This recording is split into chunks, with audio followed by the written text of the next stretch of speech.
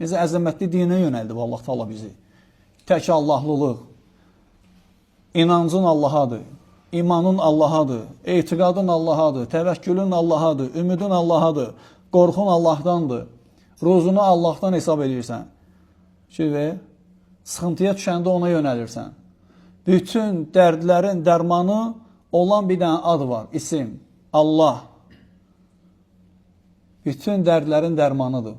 Vallahi, yönəldib Allah Taala bizi qorumaq lazımdır. Siz bəzən kimlərsə bizi təni eləmək üçün deyir ki, bunlar tək Allaha ibadət edir. Vallahi, necə gözəl deyir bizim üçün. Allahu Akbar. Elhamdülillah, bəli. Tək Allaha ibadət edirik.